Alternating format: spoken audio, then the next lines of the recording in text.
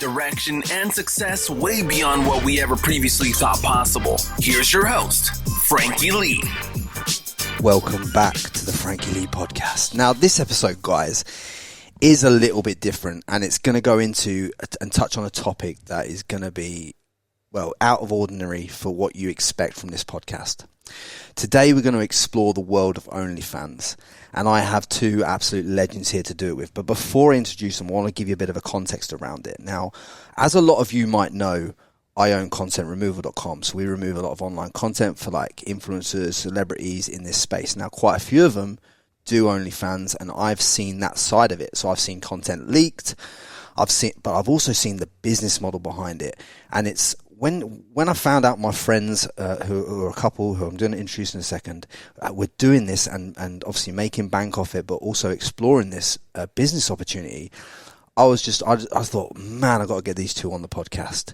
Jeremy, Isabelle, welcome to the podcast, and I think this is going to be banging. I really do, honestly. Thanks, Frankie boy. Thanks for having us. So I just wanted to put a little bit of context before we went in on this. Do you know what I mean? Because obviously there's so much stigma I find around this OnlyFans business model and how it all works. But before we go into that or anything like that, let's just put a little bit of context around it. So I've known you now probably I'd say about 4 or 5 years, wasn't it? Yeah, I reckon spot years. on. Yeah, we met 6 years ago and we started travelling up here pretty quickly from Melbourne before we obviously moved up here. So, yeah, that's probably spot on.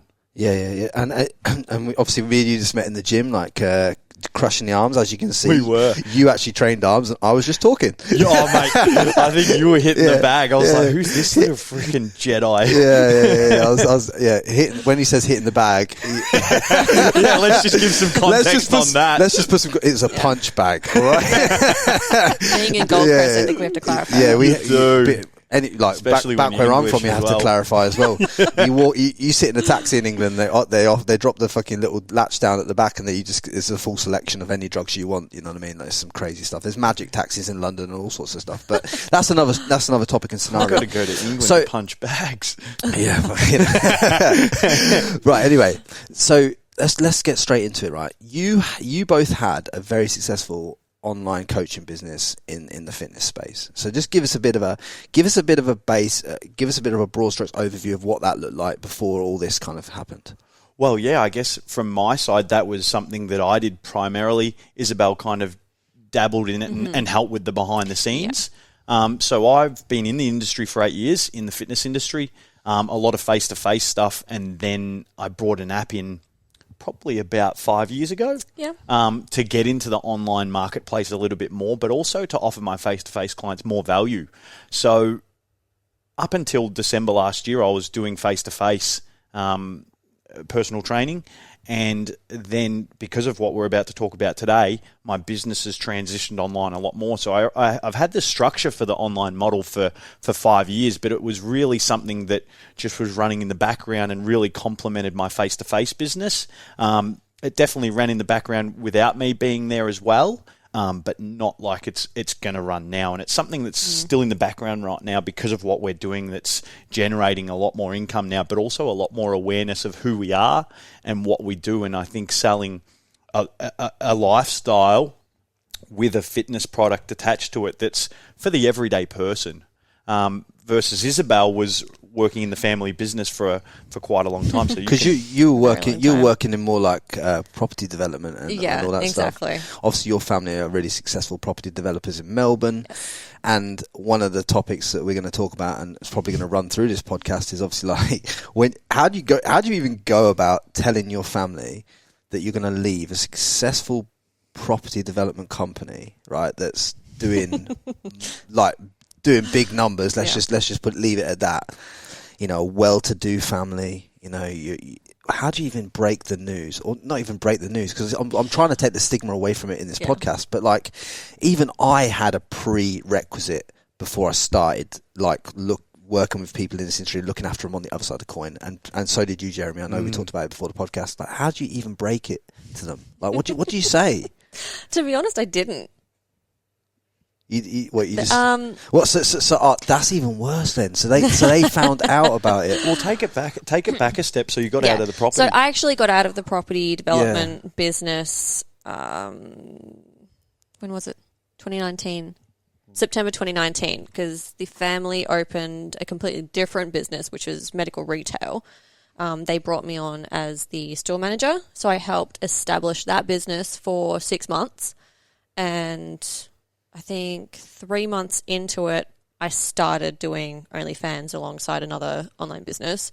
And I was like, you know what? I've had enough of working for someone, having to apply for annual leave, working like a dog and getting paid almost minimum wage. It's even like that in a family business.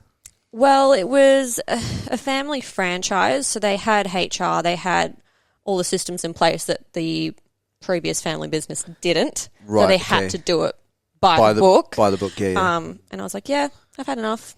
I'm quitting, going fully online, and basically only told them that I was doing social media and I was a social media influencer and I got paid to take photos in products and stuff. Yeah. Yeah. Yeah, all right. Far from the truth. So, yeah, okay. So you tell your mum and dad that, and then obviously further down the track, they obviously find out something's a little bit off with that. Yep. I think the cover-up story was brilliant from my side too. Like, for a long time, I was getting asked, what's Isabelle doing? Like, when she quit the medical retail business, which we actually both worked in together. Yeah, we did. And I stopped a little bit earlier. But I remember her dad asking me, like, what's Isabelle doing? I'm like, oh, she gets sent all of these nice, like, clothes and lingerie, and she models in it, and then they pay her a wage. So she's literally, she works for a big American company, and they just outsource her, and then she takes photos of the stuff, and it's done. She kind of does, but just in a bit of a more risque manner. So obviously this hits the fan now. They obviously find out about what OnlyFans actually is and what kind of content she's putting out. I mean, I can only imagine, like, if my sister did it and my mum found out about it, I'd never hear the end about it. I'd never hear the end of it. So I can only imagine what it would be like in your family as well. Like, there's got to be that little bit of stigma attached. Oh, absolutely. So what was the first, when your mum found out? Let's just break it down. Yeah, so my mum found out pretty early on. And she was totally fine with it. She called me up. She's like, "We need to talk. You're an adult entertainer, aren't you?" I'm like, "Yeah." Yeah, that was it. Like, she's like, so am I. She's like, oh, you sly fox. What's her name? Marika. Marika, you animal. Oh yeah, go on. Yeah, and she was totally fine with it. Up until the time when my dad found out. Okay. And then she kind of changed her tune, I think, because she was forced to. What's his name, Stavros? Peter. Peter. All right, Peter. Okay, cool. So Peter found out. So Peter's like, okay, you can make bank doing retail investments, or you can do that. And he's probably weighed up the two business models, and he probably doesn't see the validation in it. I don't think he understands the money that can be made on OnlyFans. I don't think he understands anything about it besides the fact that how risque it is and how shaming it is. And he never gave me the opportunity to explain it. Right. He never asked questions. He's like, that's it. He just cut you? Yep. So you don't speak to your dad anymore? No. Wow. I didn't even know that before the podcast. I didn't know. You know how you said you're going to shock me? Like, that shocked me. Yeah. So your dad's literally like cut all ties with you now. So don't use my surname anymore. Don't ever talk to me again.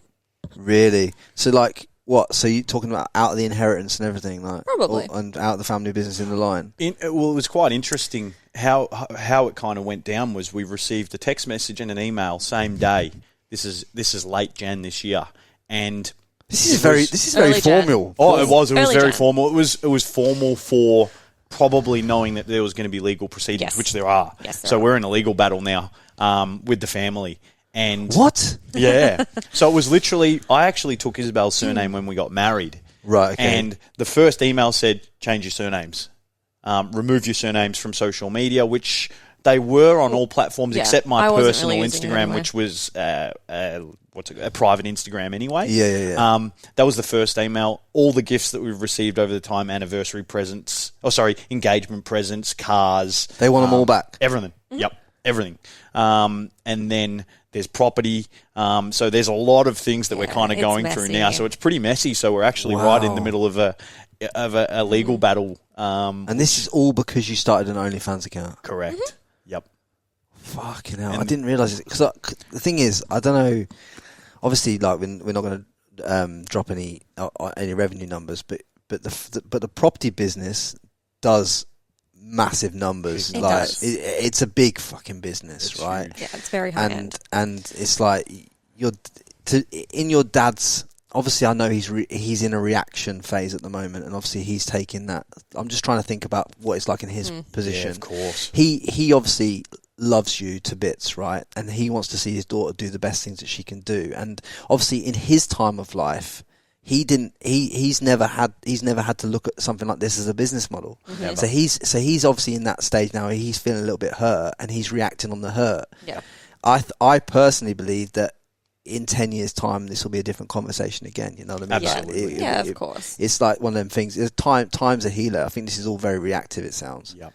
But it's just about a guy that's worked his nuts off, come to a country, worked his nuts off, and built a massive empire. Yep. And he in his head he feels like his daughter's disrespecting that. Yep. Is that kind of how is that how it's picking up? Yeah. 100%. Yep. That's the biggest thing for him, especially in Melbourne. A lot of people know now, and that was kind of, I guess, backtrack a little bit. November, Isabelle had a I think it was November, had a conversation and said, we're about to kind of trend. Like we're going to be trending because we started collabing. I know you like I think that's not the exact wording I used. What do you use? I said we could go very big on this, but I need 100% commitment from you because I can't half-ass it. And do you know, He's like, there was a couple of things that jumped into my head, and the main ones, or the three main ones, Pete, Isabelle's dad. This is going to be a shit show when he finds out, because he's going to. Yeah. And until he found out we were restricting our business. Number two was my family, which and they don't care. They just want to make sure I'm the same person. I think your family, even when I met you years ago, I knew Isabelle's family were upper class, like very, very much well-to-do, high rollers, Melbourne, make bank, vast amounts of money, very much in that scene. And I knew your family were very much like, as long as he's happy and as long as he's well and as long as he's healthy, that's just Jeremy. Spot on. Do you know what I mean? You're and that's spot on with that too. and that's how my family are with me. Like, they're like, that's just Frankie. Let Frankie do what Frankie does. Do you know what I mean? But if it's my sister, it's a bit of a different story. Yeah. Do you know what I mean?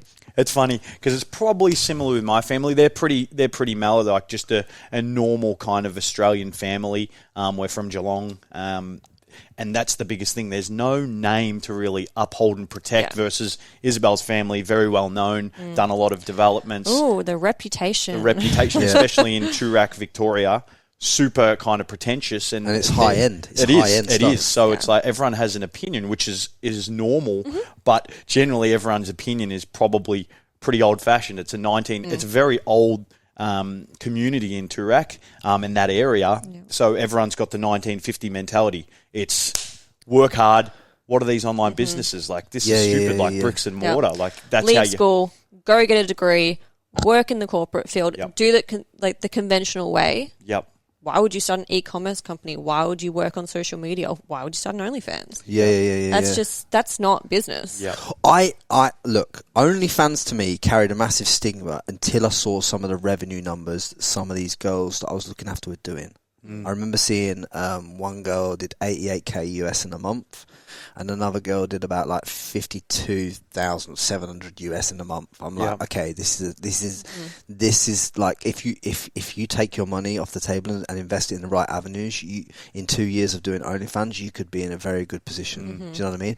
Like, really. Now the caveat to that is not a lot of them do invest it wisely. A lot of it goes on Louis Vuitton bags and boat trips and all this other stuff. But the ones that do take that money and invest it wisely would have a fantastic thing at the end of 2 years. Because I do see the potential in this, like, as a business model. I personally wouldn't do it myself, but I've got to respect the model. The model is like, okay, this is good now. You're getting paid for video clips at a scale, and once you've film that digital asset, let's just call it a digital asset for the purpose of business, that lives on, and you get paid over and over and over and over again. Now, if you were doing that, if you were doing porn and you put it on Pornhub, you're not getting paid fuck all. No. Do you know what I mean? Yep. Like, so I get it. I do. I get the business of it. Yep. To break down the business of it for me, though, and for the people at home that obviously listening to this that want to understand it, because I'm trying to take stigmas away. I'm trying to break down all the walls about it. I'm not telling people to go out and do OnlyFans. I'm not saying. I'm just showing them that if this podcast is going to do anything, it's going to break patterns and flip perspectives on how you see things. And that's why we're here today. I think it's great because you can break the stigma, and you can also, I guess, educate people on what the opportunity is, but also then educate on, okay, maybe it's not a bad business. Like network marketing, and I'll tap on that later about how you can actually liken it to network marketing. Now, network marketing for a lot of people has been shamed. The Herbalifes, the Isogenics and stuff have been shamed for ages, but it's a genius business model, and it's kind of a great way to start as a young entrepreneur because you invest no money. And OnlyFans is the same thing. You invest no money. You just invest your time and use your personal asset, to really create a lucrative business.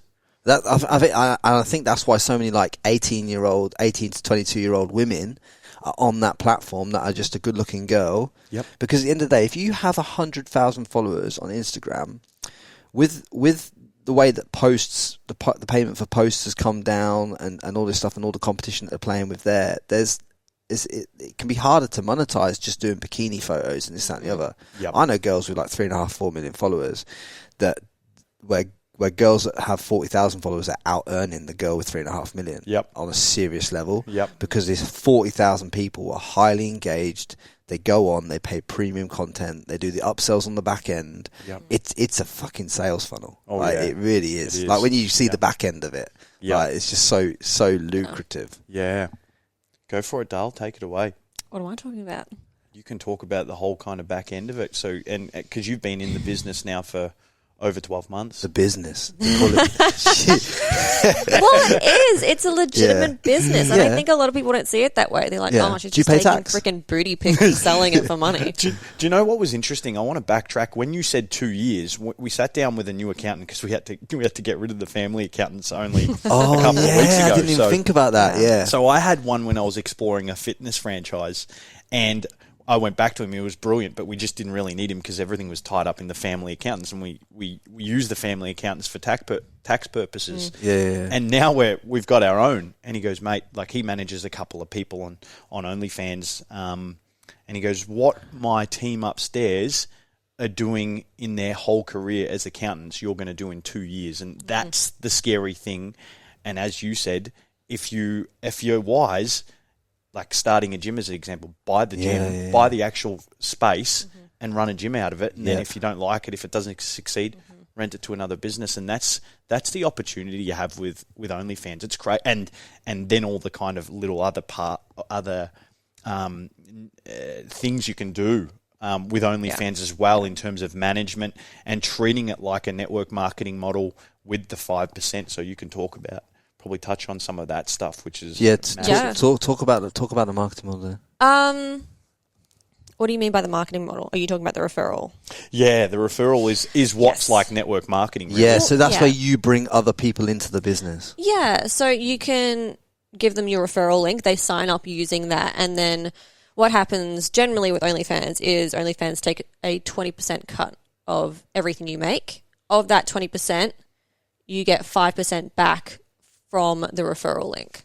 Right. So say we have a girl sign up, she makes a lot of money, we get 5% of her total earnings. Yeah. So it's, oh my God. She's not losing out because she's already losing that 20%. Yeah. But we're just taking the 5%. You're just taking the 5%. And then for that 5%, you would like mentor them on how to do more sales and do more numbers, increase their revenue, and how to streamline the business inside the model.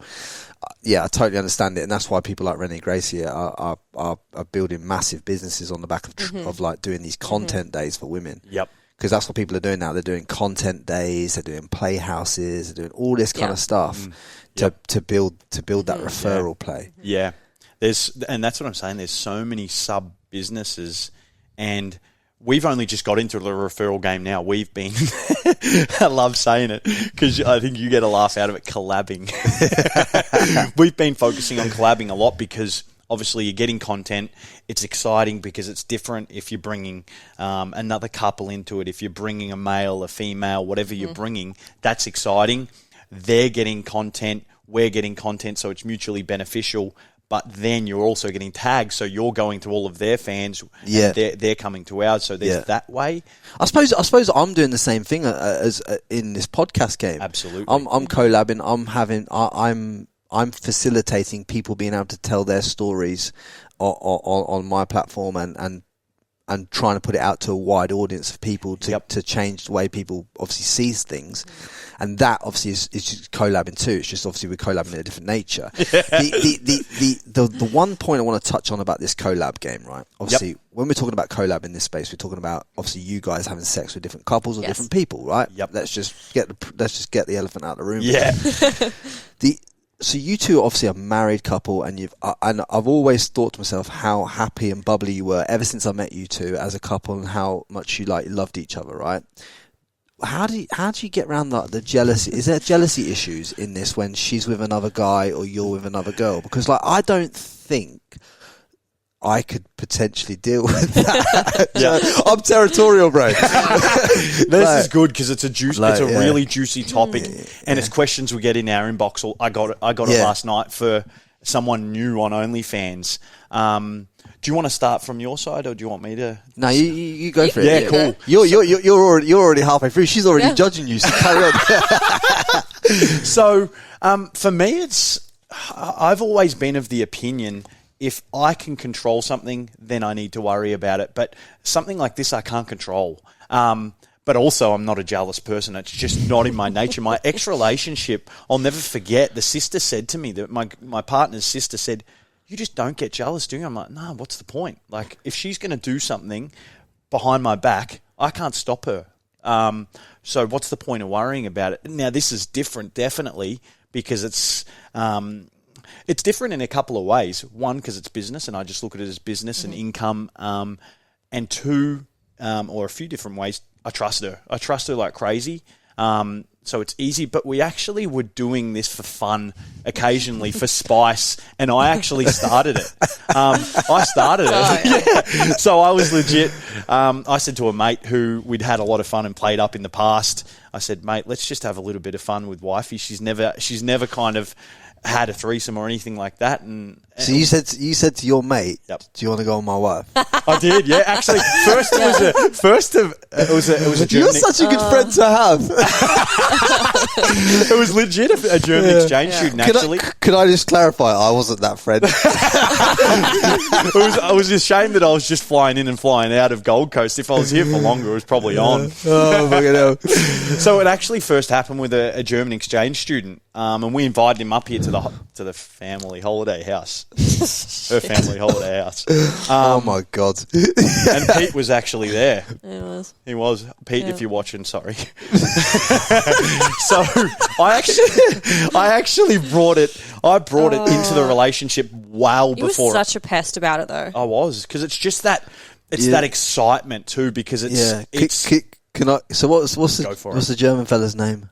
Steve. Right, yeah. So you just went to one day, you literally went, "Isabelle, can I invite Steve up to go through you?" Well, we actually did a road trip, and we did Truth or Dare, which was hilarious. I was with my best mate, his wife, who's also one of my best mates, and then him and Isabelle. Yeah. And we were on a road trip, and we were playing Truth or Dare. It was hilarious. So there was some kind of little kind of truths there that came out, and it's like, "Have you ever thought about being with Isabelle?" I was like, "Yep."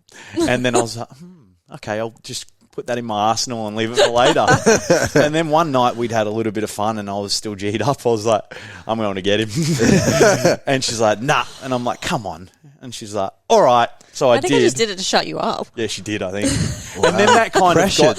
I didn't imagine this would be you instigating this. Yeah. So, and a lot of people don't. And this was actually a funny conversation with Troy, who you obviously just had on the podcast. Yeah. And he came up to me one day. He goes, "Bro, are you bi?" And that happens a lot. Yeah, he's like, I need to know. And Troy would be so awkward in asking it as well. Oh yeah, he was like it was a full like sit down. He'd have been playing with his bum bag like just.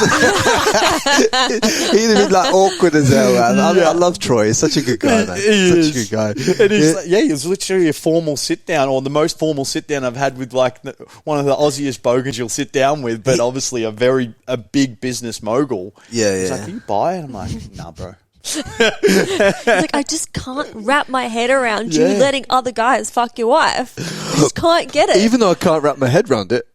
How's Thursday? Yeah, fucking hell. So honestly. I guess that it started then, and then one of my great childhood mates, I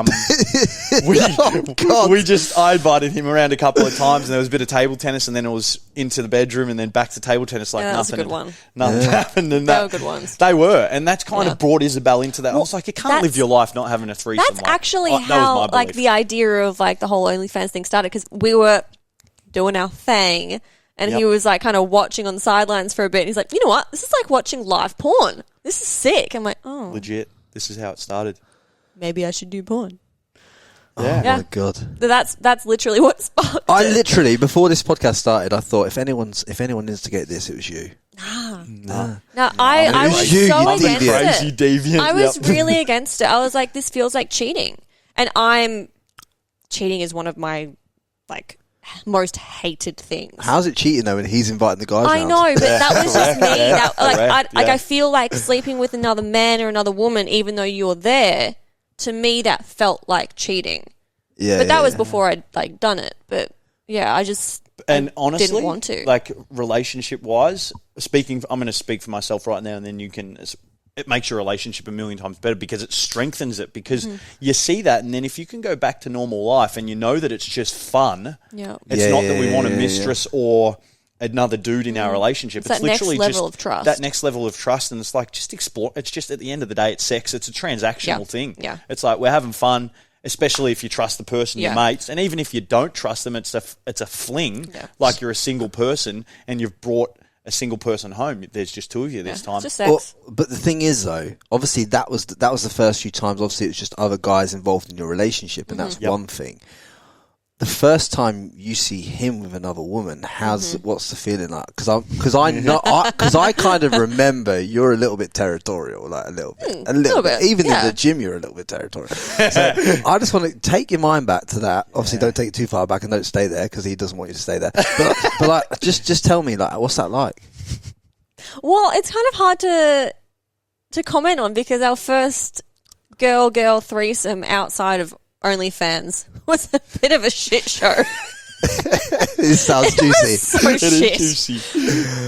Why? Well, we'd been like teeing up this girl for a couple of weeks, and then she didn't want to like come round because she was nervous. So she finally built up the courage to come round. She brought a friend with her, and I was like, "Oh, okay. Well, this isn't going to happen because like there's a friend here. This is a weird dynamic."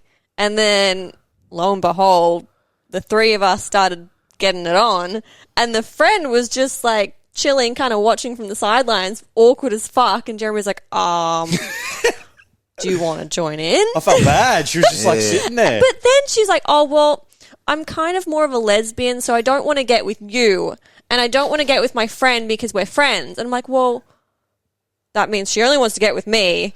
Like, where does that leave me in, like, the threesome dynamic? It was just wrong. It was just threesome, but then turned first foursome. Well, because you were with the so other girl. complicated. Like, I want to get on that, but then I had this girl that was, like, wanting to get with just me. I'm like, this is just...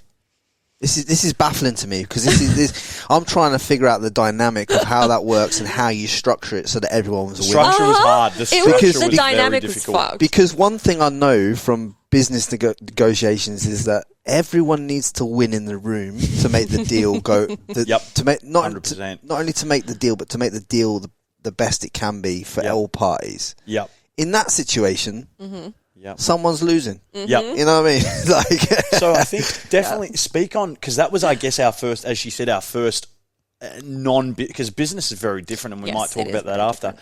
talk about, I guess, the jealousy side of it, or the territorial, as you kind of said, the territorial part with that. Because I imagine the first time that you obviously saw Jeremy with another woman, you must have had some feeling, because obviously, because I remember when I remember seeing the wedding pictures and that, and when you two got married and that, I'm sure at the wedding, in the kind of family that you're from, it's like forever and ever and ever, the white dress, all monogamy. do you know what I mean? Yeah. That's the kind of thing that you were going into, and to do this and to go into that is kind of a totally different dynamic. Yep. It is. Yep. But we married each other. We want to be together forever. And at the end of the day, it is just sex. Like if Jeremy's like, we're having a threesome with a girl, he starts making love with her, that's crossing the line. Did she ever pull you up and say, "Hey, Jeremy"? No. Hold back. So we've only done it off OnlyFans once. Yeah. And that was a really kind of, it was like the first time when we did it with the German exchange student, Steve. It was a weird dynamic, and I definitely still had that feeling. I'm like, oh, I don't know, like I've done it out of a relationship. It's like, cool, this is sick. Do it when you've got feelings and what we have in the line. Back then, we were only engaged. But regardless, I was like, ooh, I don't know if this is kind of cool. I don't know if I like it though. And then like the next day I was like, oh, I don't like this. I think she liked his salami better than my salami. And so all these thoughts go through your head. You start to doubt yourself. You do. Afterwards, it really kind of hits you. Yep. But it took a while for us to find another girl, because I was always of the mindset that if we have a threesome with another girl, I want that girl to be as into me as she is Jeremy. Right. Otherwise, she's just having a threesome to fuck Jeremy. Right. Okay. Like I want like a bisexual girl, and for me to find a bisexual girl that we're both attracted to is quite difficult. Yeah, because correct me if I'm wrong, and this might be a stigma or a judgment that I've had. When you're talking about like a lot of bisexual girls, some of them aren't that good looking. Like, do you know what I mean? Like, just from what I've noticed. I mean, here, in terms of like the environment and the area that we live, in terms of like women and the freedom of obviously that kind of activity, it's kind of like here. Yes, I understand, but like globally, it's not the same. Yeah. Like, it's not. Yeah, it's not. You go to another country, it's not like that. Completely not like that. Jeremiah. Oh, mate, I thought he was on silent, but he's not, is he? He's It is, but it's just. No, it's just Troy ringing up to see if Thursday's available.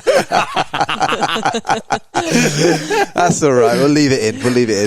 Anyway, Troy, yes, Thursday at 5. Right. All right, carry on. Where were we? So, yeah. So obviously, like you're talking about finding this good-looking bisexual woman, and obviously you've obviously found people that obviously fit that mold now. Well, we found the one. We tried that. That didn't work very well. Yeah, but that was, well, as we said, that was a kind of weird experience, and it was an off OnlyFans experience. Yes. So it's very we treat that very differently.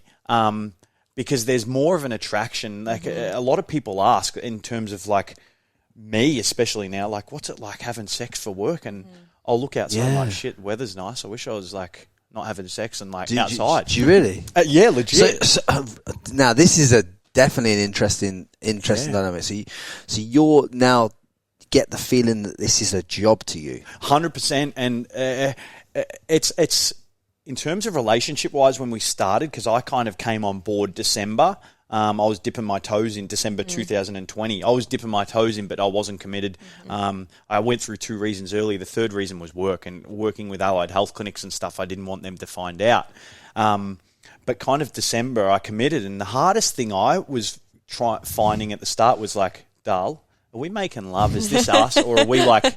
Are we making content right now? And that was the hardest thing of splitting. So there is a difference then. 100%. Yeah. It's like if you're having sex and you're enjoying it, the camera's facing the wall, and I'm like enjoying the experience. Versus you're if not I'm collabing, think about what's in frame. I'm like and what's trying not. to make sure that guts are sucked in, but the camera's in the right spot. Especially if you're doing the biggest thing with OnlyFans, from our experience anyway, is people want the personal experience. They want point of view because they're talking to you. So it's like I'm talking to my local porn star, especially if they live close by, which a lot do. Achievable kind of feeling. Yeah. So the difference at the start for me was like, okay, Dal, are we like making love? Are we having husband and wife sex, or are we are we getting content? And sometimes she'd be like, no, we're making love. And then at the end, she'd be like, oh, good cum shot. Boom. Let's just get a photo. I was like, Dal, I thought we were making love.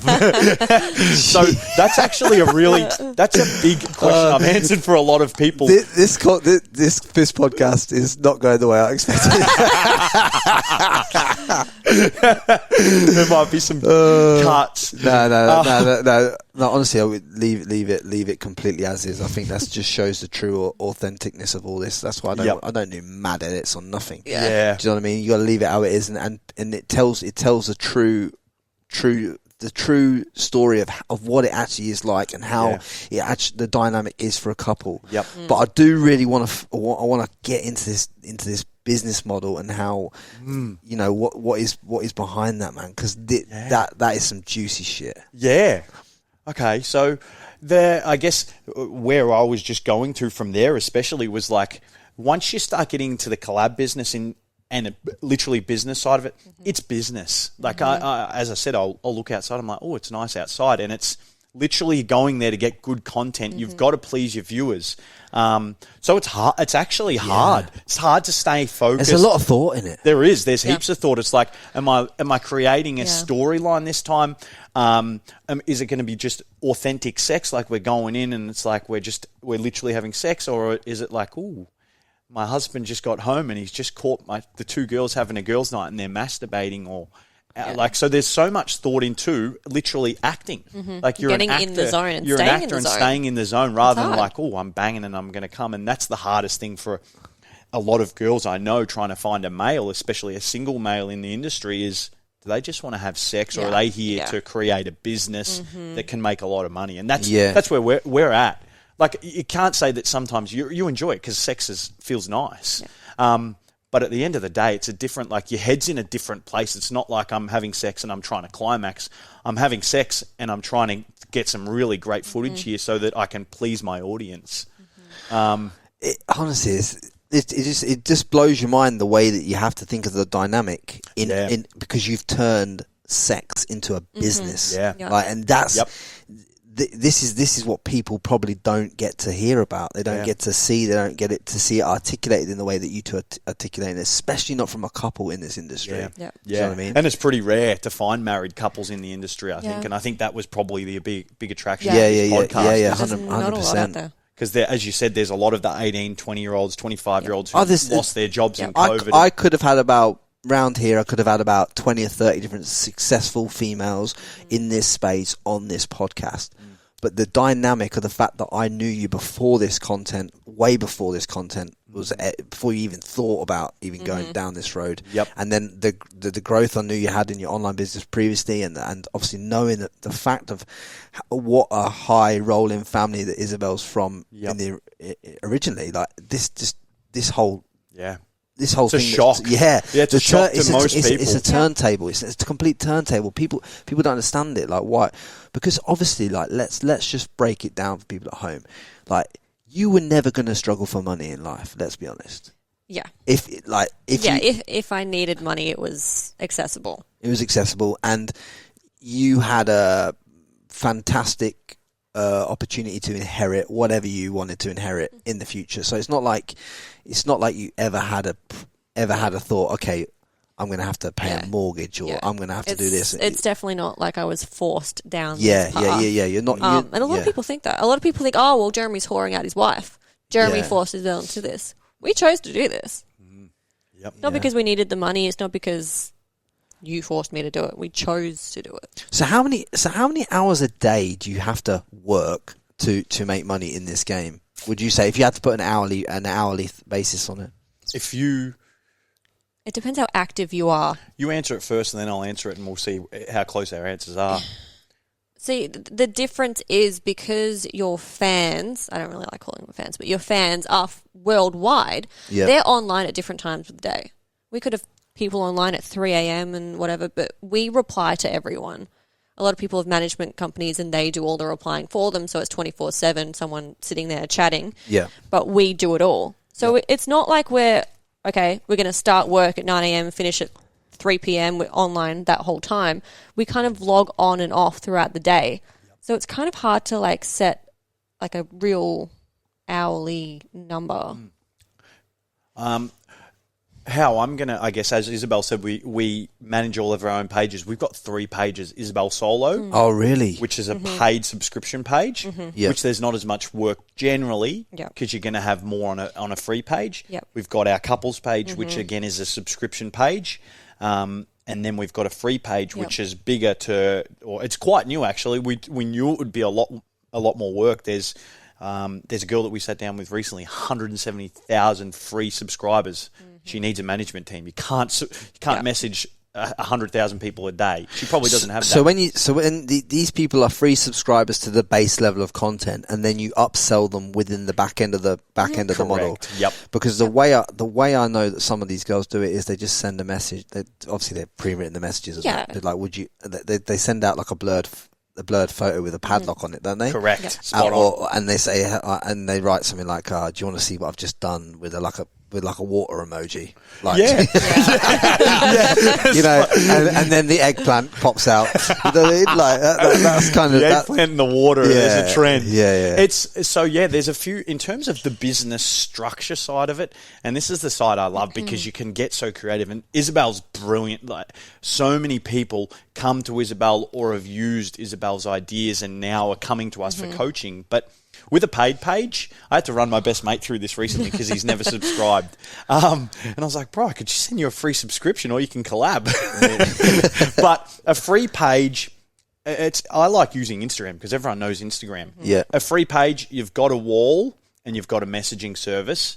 And you can fill in any gaps. On the wall, when you've got a free page, you can put videos to actually, with the padlock, to unlock. Right. But you can also send other things in messages as well. So you can. It's very easy in terms of management because all you do then is you can put your video on the wall forever and people can go and unlock it. Yeah. With a subscription page, the benefit of that is you've got recurring subscriptions if people keep their subscription on to make residual kind of income from that, or as residual as you want to call it. Yeah. Then you've got the wall, but you can't put anything with a padlock on the wall to unlock. So it's only free content on the wall because they're paying a subscription. So everything on the wall is free. Right, okay. But then if you're sending your more risque content out, it's in the messages with the padlock and the eggplant and the water emoji. Right, okay. So what business model do you believe is a better model long term for the most revenue, to generate the most revenue? I think why we've got all 3 pages as well is if you've got a huge following, then a free page can be brilliant because you're going to have a lot of traffic going to the free page. Do you agree with that? Yeah, I totally agree. What you also left out was that on the free page, you have to pay to chat. Every message you send has to be accompanied by a tip, whereas on the paid page, messaging is free. Right, so they have to tip you to talk to you. Yeah. Right, Yeah. okay. Good Well, point. the free page, it's easy to get a lot of numbers on because I think the biggest hurdle with people signing up to your OnlyFans is actually creating the account. They're like, oh, well, why do you want my credit card? Why do I have to put my ID in? Why do I have to do all this stuff?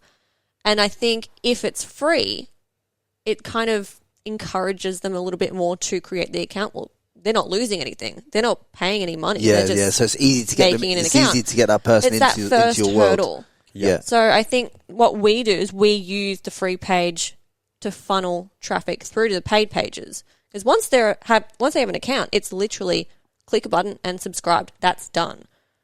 Have you ever thought about using like something like a teachable account and putting like adult content into the teachable account, and then you can get rid of this 20% clip that OnlyFans take? Yeah. Because you could put longer form content into a teachable platform, hide it behind a paywall, and you can have you can do it as a course of content that unlocks at different levels and all sorts of stuff. But I've always wondered why a lot of people choose the OnlyFans model, because obviously there's this big 20% clip that they take. You can speak about this because this is something we've discussed a lot. I think there's a lot of different platforms and there's a lot of people creating their own websites. We've thought about all of it. But my opinion's always been that OnlyFans, you can subscribe to however many people you want. Right. And you can just flick through and see all their content In on your one- feed. yeah, in one it's basically feed, yeah. like Instagram. Yeah. Whereas if you're having to subscribe to this person's website, this person's website, it's not all in the one place. It's a lot less user friendly. Right, now I understand what you're saying. So you basically, because the platform's more like an Instagram, Yes. this and ever, yeah, I understand that now a lot more, so people can see all this kind of stuff. Yeah. I would like to clarify at this point that there are people doing cooking shows on OnlyFans. Absolutely. So OnlyFans is predominantly known as an adult platform and has been Yes. in the last 12 months, Yeah. especially it's popped off during COVID because obviously it's been at home. Obviously, people have been creating content, rah rah rah. But it has got a lot of other people on it that don't do adult content. Yeah. I mean, have you met any of those people in the industry? Like, Not personally. You know about them, Yep. but we've never met them. But that Yeah. was what OnlyFans was developed Yeah. for. It was not developed as an adult site for, I guess, sexual content Yeah. and more risque content. Yeah. It was developed for more what you call traditional business. yeah, like people were having cookery shows on there. Yeah. Like, serious. I'd never realised this until about 6 months ago. We're just cooking Yeah, different there's- roasts on there's- ours. Your roast, Different kind of meat. Yeah, Isabel's roasting different parsnips. I am the meat. She is the meat. Yeah. Yeah. Well, here we go. Oi, oi. Well, it's funny because OnlyFans, the company is trying to kind of British bring company. back, British company. yeah, they're Yep. trying to bring back that, I don't know, child-friendly image Yeah. because that's where it started, and they're trying to kind of go back to that because everyone's like, oh, OnlyFans. I was porn actually site. I was actually thinking about using OnlyFans for the premium content of the podcast. Yes. Do you know what I mean? I was thinking about doing it because I thought to myself, it's a perfect platform to just put the premium content. It is 'cause it's so OnlyFans, well known now. always OnlyFans / Frankie Lee podcast. I just got a certain ring to it. Do you know what it though? just- There's so much traffic on there. Yep. That was, Yep. I guess, the question of why not a different platform. It's now that you can, like, I buy a lot of OnlyFans accounts, and I went to buy someone who's not on OnlyFans, and I got in there and something happened, and I don't think I had my details on me, my credit card. So you details. bounced off. Yeah. Bounced off, and then I forgot about it. Yeah, Versus yeah. OnlyFans, my details are there. If your details are there, it's easy. Yeah. So there's a low barrier to entry. So basically, if they're scrolling through the feed and you're trending, then they can go into your content, and because their payment details are held within the platform and and they're already in the place looking at that type of content, then it's easy for them to break in and go into you're doing. Yep. So Like Amazon Prime. Yeah. You see something, buy now, just click it, done. and you two are in like the top 0. Yeah, 0.1%. Like it fluctuates it pretty fluctuates. quickly as well with OnlyFans. Like you'll see this top 0.1, 0.5 and stuff. You can be 0.1 one day, and then the next day you can be 0. So let's say 0.10. The next day you could be 0.11, and so on. So And then the next day you can be 0.09. Like it's not. It's but we're daily, still it kind changes. of we're still in that But you're 0.1%. still in the top 1% of creators Yep, in 0.1. in the industry type thing. Yeah, and that kind of happened. Like because we were doing this or Isabelle especially was doing this for a long time, and the couples page came a little bit later than the solo. Yep. We were the couples page was top 20%, 20 to 30% until November. And then by December, when we fully we committed had that and when we started combo, collabing. we were in the top 1% within a month, and the income difference was insane. Like we're talking, What are we talking here? we're talking the first month where we really kind of started doing stuff, 5,000 US, and then we're like heading towards 100K US within a month.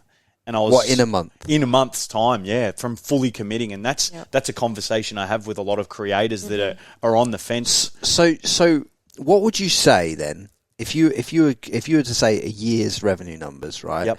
What's realistic, and then what's extraordinary in terms of revenue numbers for like a couples page? Great question. Couples pages, I think, are super strong because you've got depending on how far you want to go. You answer it, and then I'll answer it.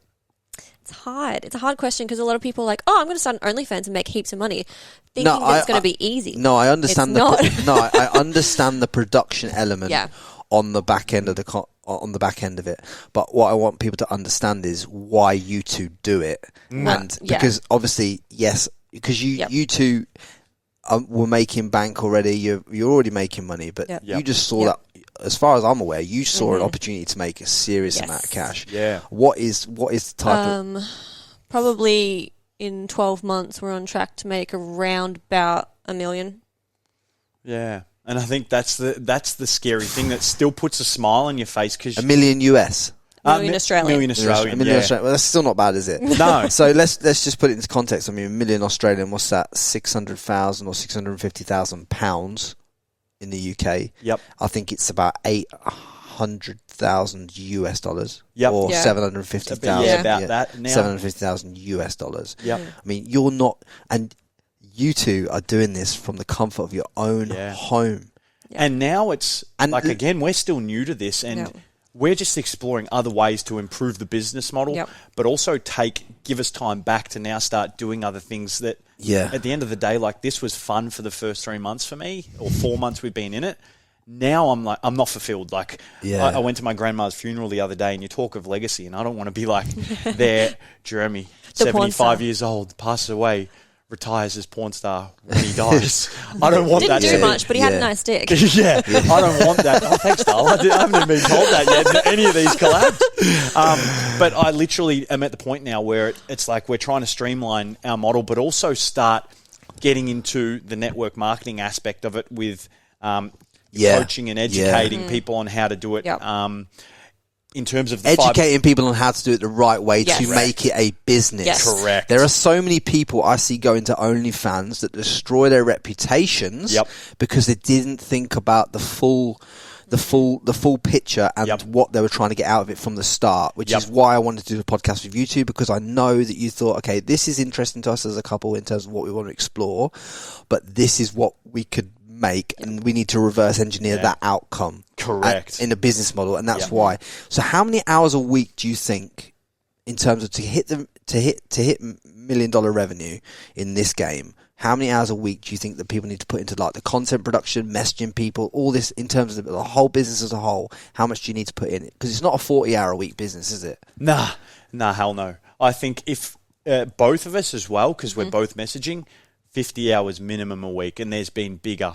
We've had friends, to give you a bit of an idea, we've had friends that'll come over. And people won't expect a 50-hour week on OnlyFans. No, hell they no. think it's easy. They think it's easy. That's why I'm putting context around it. Do you know what I mean? Any business, when you're talking your own business and you're in charge of the outcome, big hours. There's been times when we've had the friends here, and I love using this example, and I can't catch up, and I'll log on and I just look at the messages because I try and stay on top of it. I think like a dude, they want content, they want it now because they want to get their rocks off. They don't want to wait. You've got friends.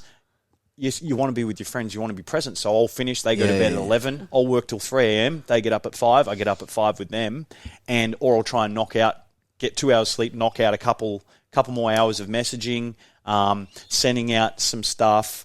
And then brainstorming as well. Like when our friends are there, we generally aren't creating content, or we might be, but it's just us. We're not getting, we're not doing collabs unless our friends want to.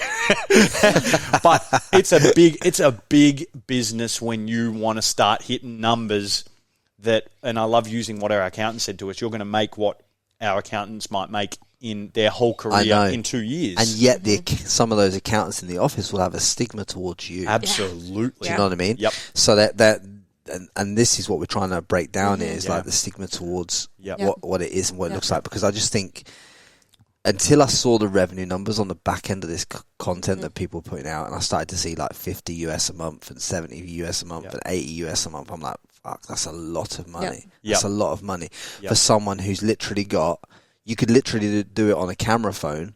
And I'm not telling anyone to do it. I'm just saying, like, literally like a camera phone, an app, and your time, and you could make a few grand a week doing this. Yeah. Absolutely. And I think as a younger person, a lot of the time, I know I wouldn't have back then, if I was 18, 20 doing this, if the opportunity was there, I wouldn't have thought of the repercussions. Because if you want to work in, so my old industry, medical, you do this and you want to work for a company, you're fucked. You're fucked. Yeah. You've got to think of the future. I don't want to work for anyone anymore. I've done it. Haven't done it for 8 years, really, except the family business and a little bit of like just something on the side of my business for a bit of fun or a bit of kind of networking. Nah. Like, you've got to think of that too. You've got to think of, once I make this decision and I start going, down the porn route of this, what are my opportunities going to be at the end? And that's something you have to educate a lot of people on, which I love doing too. It's unfortunate. Yeah. Because there is this huge stigma about being an OnlyFans creator, being a porn star. Like, you're this seedy, like, scum of society. Like, you're not a legitimate business person. Like, it's so frustrating. The problem I had is I used to have a stigma towards it. I used to think these people aren't business people. But once people that aren't business people in your estimation start making the kind of revenue numbers that I've seen by being involved in the content removal game, I'm like, okay, this is actually a business then, because these people aren't stupid. Yeah. Let me just put a caveat on that.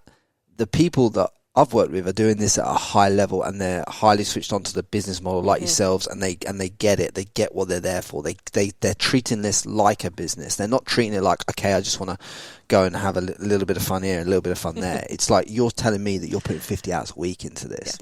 And let's be honest, 40 hours of it's probably messaging people and obviously replying to your fans on a platform. Yep. And there's so much work in that. Yep. You know what I mean? And people need to understand that what goes in to something that they write off as a bad business decision. Yeah. But the one thing I want to touch upon from my side of the table, because obviously I'm on this side where the content gets removed. Have you ever thought about what happens in the future when there's all this content out there? Have you ever thought, like, what are you going to be comfortable with it being out there forever? Because it's going to be on, like, Discords, it's going to be on download links, people are going to have it on their phones. Like, how do you approach that, and what do you tell your future children? Great question. I think there's two sides to this answer. Well, the first, obviously, I'm comfortable enough putting it out there in the first place, so people are going to see it. I don't really care if it gets leaked and whatever. The only part that annoys me about getting leaked is I'm losing out on revenue. Yeah. But I don't really care about people seeing. I put it out there At this moment, though. But now put yourself in a position, right?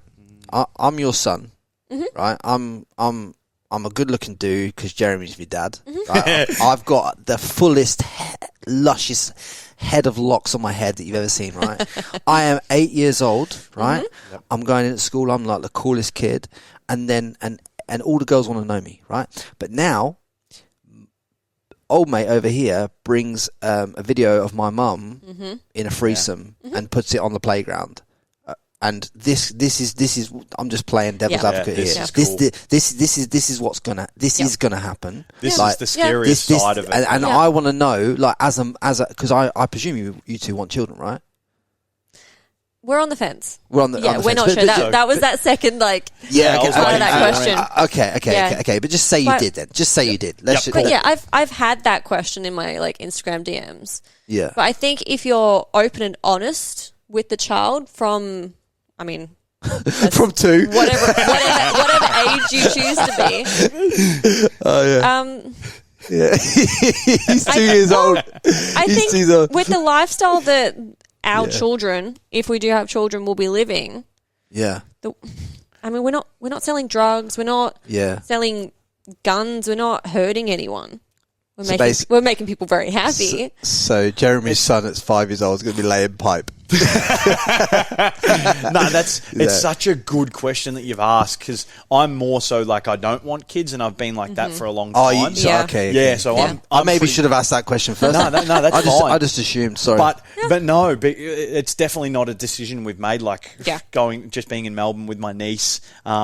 I absolutely love kids. I love the idea. This is actually why I asked that question, because I see you two around, like, your nieces and nephews, and you look like maternal. So I thought, maybe they do want kids. Like, I just put that thing together. And I like the thought of them and the fun and their cute. But then the reality of that, it's a lot of hard work, and it takes a lot away from us. But for me, when I grew up, bullying definitely there was always some, but not a lot really. And it just deflected because I had such a loving family, versus for Isabelle, she can speak about it. She had a totally different experience. And to know that there might be content out there that my kid can get used against my kid does definitely, like, that would hurt me, because there's bullying that you can't prevent. Yeah. And then there's bullying that you can prevent. And this is something that we could have prevented if. And the problem with kids is when we are kids, we don't know how damaging our words can be to another child, and it's like it's something that I mean, when I was young, and you know what I'm like, I'm quite out there, and I'm not afraid to speak my mind, the same as you. Yep. But there's no doubt in my mind, thinking back, the way that I was at school would have offended some kids and probably would have stuck with them. So now I'm more conscious of the fact of okay, like you see how people can get hurt by people's words, and people just hurt people, right? So like it just kind of interested me, the dynamic of the fact of like, okay, all this money's being made now, but then what happens in this future element? Because this is the only problem that I foresee with this business model and this type of content is the reputation element that I see on the back end. Yep. So I will tell you about so there was a woman who did what you do, not as a couple but as a single woman, and she wanted to American girl, very famous, or in your industry anyway, and she just wanted to. She had a complete 180. She made her money. She made her property investment. She did all the things with it. She's now decided, okay, I want out the industry, and she just thought, okay, now we just remove all the content. But it's not like that. No. You can't just. I just want people to understand that you cannot just decide one day that you're coming off the internet with that kind of content and it's gone. No. Because people have it on their phones, their hard drives, their Discords, the Google Drives, the Dropboxes. People have stolen your back end content. It's like it's a total minefield. So as long as you go into it with your eyes wide open, which is what this kind of podcast is about, opening people's eyes to all forms of it, then you're sweet as a nut. Yeah. Yeah, you have to be on top of that. And so many couples that have come to us, or singles that have come to us, a lot of them are starting as a side business, as I did, but I ran my own business. But I don't want people to know that I'm doing it. I'm like, you can't if you're do working that. for you're a company, doing it or you're not. You've got to ask them, really, because if you want to do well, it's going to be plastered everywhere. Like it's going to be on the office. It's going to be on the office toilet wall. Yeah, and you can use a fake name for so long. Yeah, but it's your face at the end of that. Even if you're the mysterious one without your face. Yeah. People are going to catch on. People are going to know, especially your biggest audience is going to be your local audience most of the time. Yeah, because if you're that local woman, just say, and the lads at school, they always want to see this woman. Do you know what I mean? And then that's it. Yep. I mean, I've got friends that are like proper like doing really well, like famous people that have bought their friends' OnlyFans at school. I was talking to my mate about this in the sauna the other day. He's like, I bought this girl's OnlyFans. I'm like, bruv, what are you doing, man? Bruv, you earn $100,000 a month, like in that business, and you're doing this over here. What do you need to do that for? He's like, I've just always wanted to see her. Like, do you know what? It's so common. I get that all the time. From the gym, like the gym that we worked in Melbourne, or I worked in, and she trained at. Like I always used to look at you at the gym, and they just wanted to see her with. I've had people from my high school. Yeah. So it's such a mad thing, isn't it? It's such a mad dynamic. That. Yeah. Give me a bit of an overview of like the effects on your mental health, because I'm sure even with the family thing and I know we're playing it down as like, oh, it doesn't bother us, but it must have some strain on your mental health, and then obviously having your family pursue you legally to try and take things down. No, it's not the nicest. That's not the nicest kind of avenue to be going down, is it? Yeah. So give me a bit of an insight. Especially it's Isabelle's family, so from Isabelle's side, she can really comment on this, because it's hard for me watching her go through this, but for her going through it. I certainly have my moments where I break down and it really gets to me. I think this year as a whole, because it started early January, this year's been a struggle. Most of the time I'm like, it's fine. Does your mum still talk to you though? Well, she did up until the time when my dad blew up, and then she stopped. And then she started like liking my posts on Instagram and sending me like things in the DMs, and then I'd reply and I wouldn't get a response. And so one day I cracked it. I'm like, look, you can't send me stuff and then not reply to my replies. I'm like, that's not cool. Yeah. Like, just either cut ties with me or talk to me. And she's like, well, I don't know what you want from me, blah, blah, blah. I'm like, I want my mum.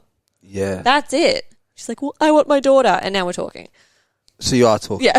Yeah, because like, what does she say then? What does your mum say? Because, like, your dad's taking you to court and all this, that and the other, right? And he's doing this and he's suing and he's trying to change your name, all this bollocks, right? Your mum's talking to you. Yep.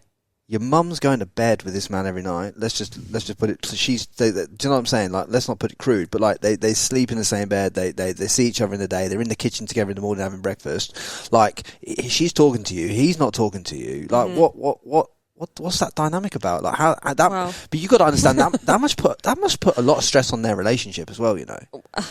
This is good. To be frank, they're pretty much. To be frank, oh yeah. They're pretty much divorced without being divorced. What, because of this? No, they just. No, they yeah. Oh really? So it's been pretty bad since I've been around. It's got worse. Yeah. So Peter's got a track record with this kind of stuff. Well, yeah, it's just their relationship fell down a long time before I came along, and then it's only got worse. Mm-hmm. Right, so they're not living under. He's been living up in Queensland, Gold Coast. So that's, I think. Well, they don't sleep in the same bed. Right. Okay. I thought they were still together, and this was causing strain on their relationship too. Well, I thought that was the dynamic. It definitely puts strain on the relationship. Yeah, I mean, regardless of where the relationship is at, it does put a lot of strain on my mum. Well, she's caught in the middle now, Yeah, so that's the biggest thing. definitely. If they were separated, it'd probably be different. Yes. Yeah. I guess legally separated. But it's still, it's still a strain because she's okay with it and still talking to her versus on the other side of the table, Dad's there and he's like, he's full bull at a gate, like legal letters and it's just communication is between lawyers. So, but how can someone, on a legal standpoint, make you change your surname? They can't. They can't. That was just a dig. I'm not happy. I know what you're doing. Yeah. That was just trying to hurt us because he's hurt. Yeah. So the whole legal battle with him now is unfortunate. But Isabelle's choice is not to back down to this because the whole reason it came about is he's a control freak. He's finally lost control. He wants us to be financially independent. We are. Yeah. But he can't deal with it, so this is the only way to try and the only way you can get gain his control. way. I think knowing what I know now in terms of the fact of like how his relationship breakdown with your mum, and then obviously he now feels like the two women that he was closest to in his life are kind of leaving the nest and going on to different things or into different avenues. And obviously from a man that is as successful, in full respect to your dad, right? He's worked fucking hard. Yes, he has. He's worked hard and he's only tried to do the best for you that he could do. So for him, imagine how much he's hurting inside because like we've got to see his point of view and all this. Yeah, absolutely. And I totally get that. I totally get that he's hurting and he's lost his little daughter and I was always his daddy's little girl. But he never gave me the opportunity to explain it. Like he just made I never wanted him to agree with what I was doing or accept what I was doing. You wanted him to listen. But at the end of the day, I'm his daughter. I'm happy. I'm healthy. I'm not hurting anyone. I'm not hurting myself. Yeah. Give me the time of day to explain it. Yeah. But he didn't do that. I think he was just thinking about, obviously, from one side of the coin, I think he's thinking about the fact that like he's upset because his daughter's now like doing pornography, right? Which is obviously one big thing. Yeah. Then he's thinking, fuck. Her surname's attached to my business and it's going to affect my balance sheet. And it's like, 20, 30 years of building this thing into this massive steam train that's going in this direction. And then, my daughter, who I love, could potentially affect my reputation in this industry. And I suppose he just didn't want to be in the position where he was like, and I'm not trying to speak for him, I'm just trying to put a bit of context around it from another perspective, but like, he's probably thinking, fuck, I don't want to be in a business meeting negotiating this fucking tower block to go up here, and then fucking Steve from fucking DGY fucking project management company is subscribed to my daughter. Do you know what I mean? Like, and that's you're spot on there. That's the hardest thing. His birthday was 2 days ago, and we really haven't communicated. And I just sent him a message saying, "Happy birthday! Hope you're well. Thinking of you." He's a beautiful guy. I adore him. We were like best of mates. I've trained him for yonks. He was still using my training app. Whilst we were in the legal battle, I was like, hold on, this isn't fair. I'm going to cancel this until we sort this out. Did you? You didn't cancel it. I cancelled it. Why? Why are you dropping yourself to that level for? Well, that was a bad move, well, Isabelle, I kind of said I'm calling you out on that. You cancelled Peter's app. Sorry, Frank. He let you stay in his house for free, bro. Like, come on. True. We did. We helped. It was kind of a mutually beneficial relationship. Yep. He obviously helped us financially, massively. and we helped him because of the broken down marriage. We were his best mates, and especially me. I put a lot of time and energy and love into him, and I still would. I love the guy because he's generous, he's very generous. He'll look after everyone. But the hardest thing is, if he doesn't agree with something and he's not in control, he really turns harsh. I had an idea a while ago, and he just shut it down and was horrible. And we're actually staying up here, and I had a couple of mates staying with us. It was my bucks, actually. Yeah. And he just flips and turns into this monster. And that's because he's gone through some hard times. He's been in the industry for 50 years with his dad. It started with his dad. He's pretty much always been his own boss, so he's had no one to answer to. So he's that high D guy who's like, he's direct and he's in control, and only until you raise it to a level where I can actually kind of counter him. But for Isabelle, the hardest thing her whole life has been that he doesn't like something, he'll just overpower her straight away. Yeah. So he's a beautiful guy. Like, I don't want to discount these. Like, if he came to me tomorrow and said, let's sort this out, I'd be like, great. Like, I don't like this going on. I love him to death. He's done so much amazing stuff for us. We've done the same for him. I want a relationship with Isabelle's family, as of course she does. So that's the hardest part of the business side of it. It's I can make a lot of money if I'm committed, which we are. And once he found out, we took things to the next level with logos on our cars and stuff to create more awareness. But I guess the downside of that is he lives here at the moment since COVID. He's going to see our cars, and we didn't do that, but now we have. But still, that side of it, and he's probably going to hear this podcast. He probably is. Which could be good. Which is good, because I stuck up for you, so just remember that when you send me a legal letter. Jesus Christ. No, you know what? Yeah. It'd be lovely if he does, because hopefully that can educate. Like, this is the whole purpose of this, is education for people who in a light-hearted manner with some business acumen. Obviously we have a little bit of a laugh and a joke about the type of content we're talking about.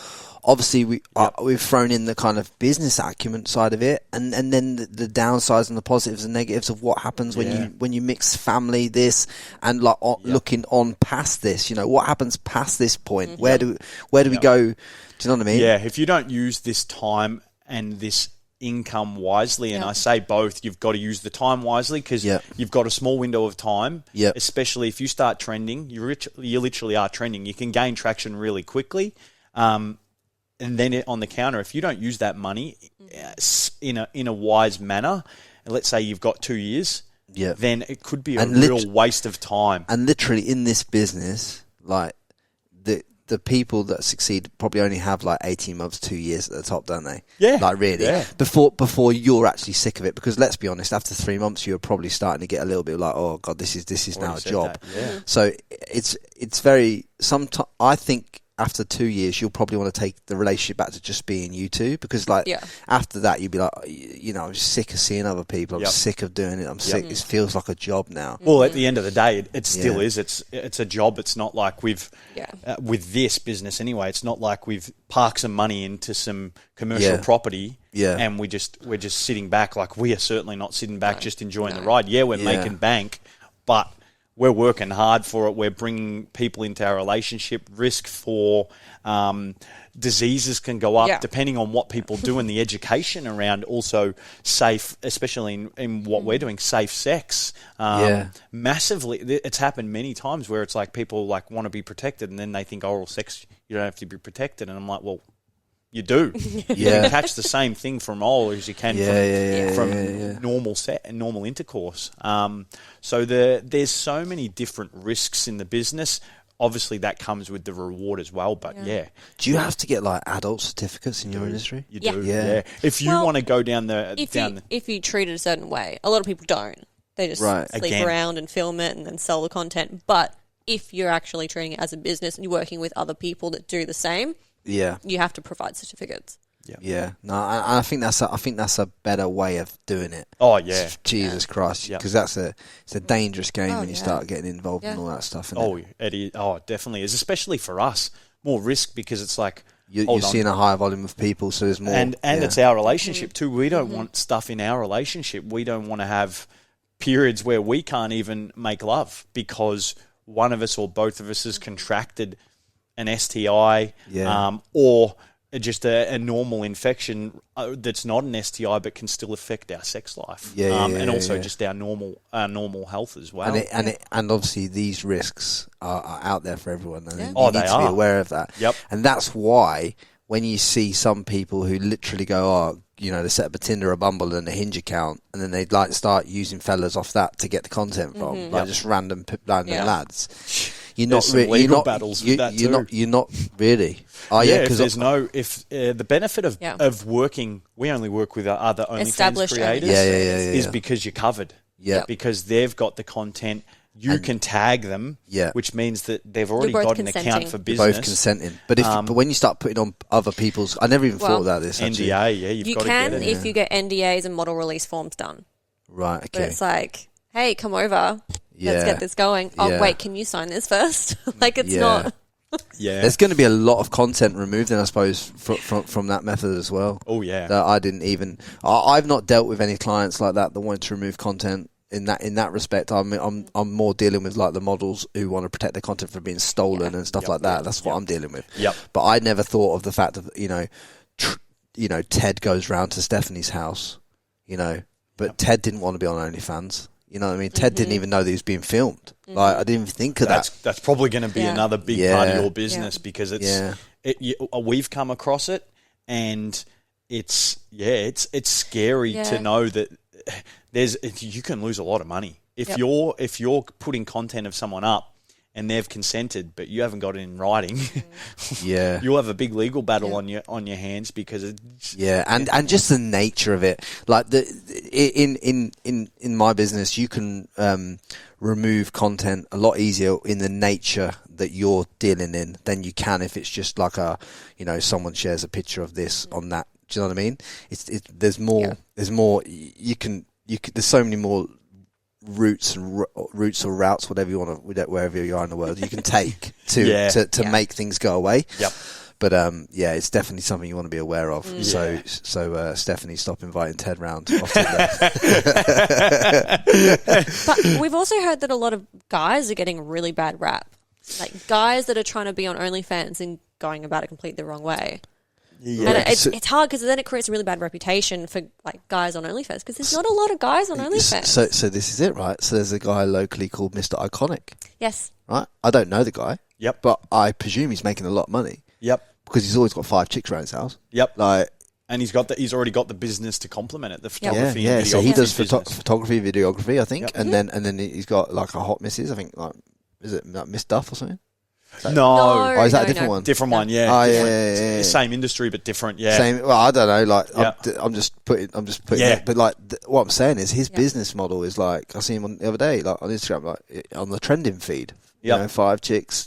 He gets paid for all the photography. He got this, that, and the other. He's got his own fans on the back of it. Yep. Like you say, because there's not many men on this. Mm-hmm. There's not, there and really not treating it well. You're not treating it as a business. No. Yeah. You've got the couple that I'm going to root 10 birds and then make money. This is amazing. Like. Yep. And we've seen a little bit of it. I love you Australians in the word root. In England, it's the shag. In Australia, it's in the root. Well, yeah, on the pool. On the pool. All right, lads. All right, I'm on the pool. Oh yeah. Oh, she's well fit. Yeah, well fit. Yeah, banging. yeah. You know it. Break it down, like. In relation to like men to women, are you talking about like 10% men, 9% women, or? Oh, not even. I think when you're talking heterosexual men, it's probably like 1%. Yeah, really. Getting a male. Do you know what? In terms of, we've done polls, we've looked at the back end of our business and the sales. Male, female in Australia, because I know a lot of people don't know, a spit roast, a Sunday roast, there's good numbers behind it. Yep. And I guess from a so now you know, guys. There you go, hot tip. Yeah, I know. From a psychology point of view, I reckon the boys that never quit are going to be bang on this. I think the psychology behind a male, female, or even maybe a foursome with a couple or just with two other people. It's the domination part that males like to watch of a female being dominated by 2 males is hot. there's a massive trend for that, but it's hard to do because you don't have many males that you can find. Yeah, because again, you're treating it like a business, so you want the certificate, you want the safe sex, you want all this stuff at the back end of it to make sure that it's, you're getting the content, but the content's right for, obviously you want to be safe. You know what I mean? This is your wife at the end of the day. Hardest thing as well is as bringing males, it's the intimidation. There's another dude here. This is his You're having wife. a sword fight. It's like, but also it's like, are we? Because can you get hard? Because there's that fear of that's Jeremy's wife. Then the cameras are in your face, which is very difficult. So how many camera angles do you have in these kinds of things? Sometimes we do POV, which is a massive hit, again, because it's that personal connection. It's like they're in the driver's seat. I'm talking to her or to them. And then I'm watching like right from the angle where I would be having sex from. Doggy style, the camera's right here, blah, blah, blah. It paints a picture. Yeah. That's what they want. Sometimes we do it professionally, but from feedback, they don't want that as much. Because they feel, okay. But then on the other side of the coin, we'll do the foursomes, which have done really well, or we'll do the 2 females and male, and they definitely does well as well, but not as well as probably male, female, and I think because it's rare. But also because, we can just do that. We could do that every day. There's girls. There's so many girls to choose from. So many. A lot of them don't do it. A lot of them especially don't in this go to area. that extent. And in this area, it's amazing. If we're in Melbourne, it's few and far between. And if there is someone, they probably haven't done it yet. So it's like that first time you might have sex with someone. You think you know what you're doing, and how one girl likes it, another girl doesn't. Same for a male. There's a lot going on for a man in that situation that he has to deal with, isn't it? Because you got cameras, you got 2 women. It's like there's a lot going on. You got a lot of things you got to take care of. And you got to make sure you're on record. You do. You know what I mean? Imagine dealing with all that, then you forgot to press the record button. Like, it's just cost me 10K. It's happened.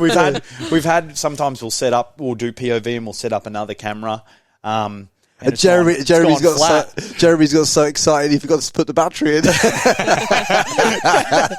But honestly, I guess the last thing in terms of like the whole of collabs and bringing people in and context on how many males and how many females percentage wise is the hardest thing as a male. And definitely a female being in this industry. We've collabed many times now. And for me, I still can't climax because I've got the cameras there. I've got the camera here to deal with. I'm thinking, am I in a good position? Am I blocking the camera if there's a videographer or if there's not? And even if I'm doing it, is the camera facing the wall or is it capturing the action? It's actually hard to get yourself to that point. It's like... I think you need to get a GoPro HD and then a headband.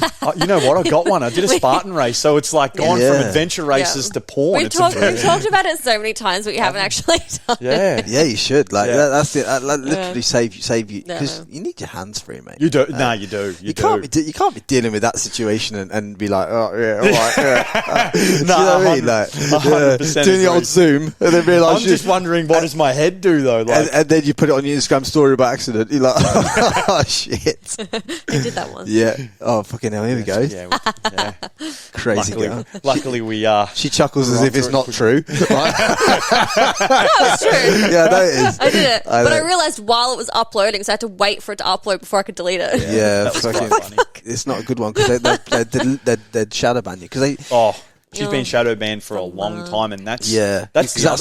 As soon as you put a link in the bio, like for that kind of content, these days, they know it, don't they? They don't want the platform used in that respect. Not any, never. But now that it became so viral, so many people have lost accounts, and it's sad because you've got big, I guess call them influencers or content creators. They've created a name and they've created an Instagram account for years. Many thousands of hours of hard work, and their account's gone overnight. It's like you try and especially if you're not verified on the platform as well. Like you're at a big risk because at least you can have a little bit of a battle with an account manager if you're or at least you get a little bit of more of a warning. But unless you're Donald Trump, he got enough warnings anyway. But like you know what I mean? Like you've got. They'll just take you out in 1 second. And it sucks. Getting your head around that for us has not been a problem. because we haven't done this for years and years in terms of Isabelle has put a lot more time into her socials than I have, but you've got people waking up, and if you walked into your office one day and there's no office there, you'd freak out. Yeah. And it's the same thing. You're walking, and people you're don't waking understand up. that. Like, oh, it's just Instagram. Get over it. No, No, it's people's livelihoods. It's your traffic. It's your traffic source. It's And your not traffic just source. we're not just talking Not even OnlyFans at all OnlyFans. anymore now. Like Social media is is so massive powerful. business. It's one of the biggest business models in the world now to have a network that you can influence. So you've both got now, what is it, 200k each, I think? Approx, yeah. About 200k on Instagram each, right? And you imagine, like, if you only get 1 or 2% of your audience to buy your subscription or to buy your thing, like, you're not talking about massive. You don't need a massive amount of numbers to do massive revenue. No. And people don't understand. But I think people don't have the ability to understand how to take someone from the Instagram platform into a business situation through a funnel of some sort. Yep. You know what I mean? And they kind of, that's why there's people out there with millions of followers that make zero fucking money. Yep. Zero money. Yep. Or very minimal money compared to what they should be making. I was speaking to this girl who's had 3.5 million followers. She's making $4,500 per post. I'm like, are you fucking serious? Like, you should be making 50 grand. And you're trying to do bikinis, right? But your audience is males. You should be doing fucking like, you should be doing a fucking King of Shaves commercial to the male audience saying, hey lads, you need to use this trimmer to get yourself in order. That would be way more beneficial than you posing in bikinis for your 5% girl audience, because you're not being followed by girls. Yep. It's craziness. Yeah. It's amazing how many people don't realize what audience they're selling to. Yeah. In this business, but many businesses. But it's something that I wanted to touch on today, because we're now at, and where our coaching business, do you want to call it coach? Is it coaching? Are we calling it coaching? Yes. Is going with this is we sat down recently. I love it how, yes. Is that always getting? Where I like going with this now is what it's done for us has been unbelievable. And the potential to not only, like, I guess what I'd love to tell Isabelle's dad is giving to charities and having the ability to do things like that now. You can't give back if you can't make money. Correct. Yeah. But recently we sat down with a girl and her partner, and he's very smart with the digital world. And we showed them a way that we previously, or more so Isabelle previously used, and we're going to release this soon. It's something we're working on in the background, where in sales is you're obviously very aware of sales and stuff. And for the audience watching who are very business savvy, if you're selling to a pre-qualified audience, your job's done. And we've kind of just tapped onto a way where we've done this, or where we were doing it, but we didn't understand it because we were new when we did it. Now we do. And we educated a girl recently who was literally making no money. Yeah, she was broke. She's living at home. She's been affected by COVID. She's a performer and she can't perform. Circuses, blah, blah, blah, and traveling. And we coached her, and in her first week, we're talking 10, 15, 20 grand. Yeah. To go from $0 to that, but also to sell to a pre-qualified audience without being on socials was massive. And that's where there's so many different opportunities, and she doesn't get naked. That's the thing with OnlyFans. And that's the thing as well. Like, a lot of people don't understand. You don't have to, like, you've gone full pornographic and the couples thing, but that's just because you were generally going to go, you were going to explore as a couple anyway. You thought, okay, we may as well make some money out of it. May as well turn it into a business, right? I understand that. But there's people out there that just put bikini shots on OnlyFans and get paid 50 to 80 grand a month. Like, don't even show a nipple. And now for her, she's got a place to perform, and at the end of the day, you're going to make the most money off, I guess, people who want to see you revealing some form of skin if you're running an OnlyFans business, not as a cooking show. If you're running it as skin. And we taught her, and she's literally just performing online now, and she's selling to an audience that wants to see a sexy girl performing, and that's what she's doing, and she's making massive money. She hasn't put a link on Instagram yet. Not one. And when you're putting it on Instagram, let's say you got 1,000. So what's her traffic source for this? Her traffic, we're not going to give it away on here, but it's very much a pre-qualified, I guess, adult leads. Hot lead site. Okay. So it's something that we're going to put out there for a lot of people, because the scariest thing is her family's found out, because it's all over, and they might at the end of the day anyway, because your content's going to get 100% stuff. 100%. Yeah. But we've found a way now to really, I guess, make this more of a legit business for the people like us who treat it as a legit business and sell to the audience who want to see it, because we don't want to sell it to our friends all the time. They don't want to see us. But do you know where people go wrong though? In my opinion, they say to me all the time. I get asked this on Instagram, Frankie, like, well, how do I know what my audience wants? Well, ask them. ask them what they want, Yep. and when they tell the answer, build it and sell them it, because they just told you it. That's the first rule. Yep.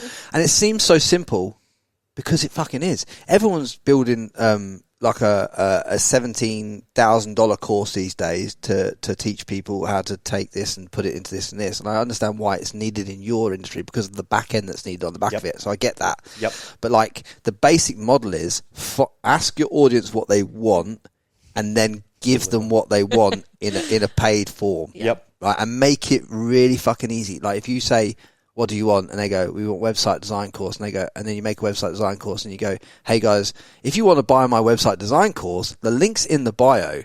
Click the button. I know it sounds super simple, but people don't know, do they? No. People don't know. No. And even if you have like 10,000 followers or 2,000 followers, Yep. just work on a 1% rule. Yep.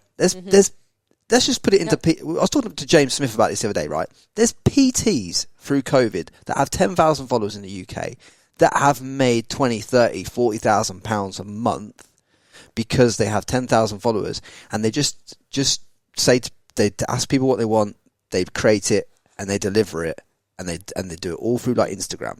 So it's not about the amount of followers you have or this, that, and the other. It's just about ask your audience or find a way to serve your audience or serve the people on your platform, and then deliver that. Yep. And then people just complicate it. The audiences for us, like I love that we've touched on this. 2 months ago, I was on 8,000 followers, and a lot of people were like, oh, why'd you buy followers? And we implemented a strategy, and we sponsored a giveaway.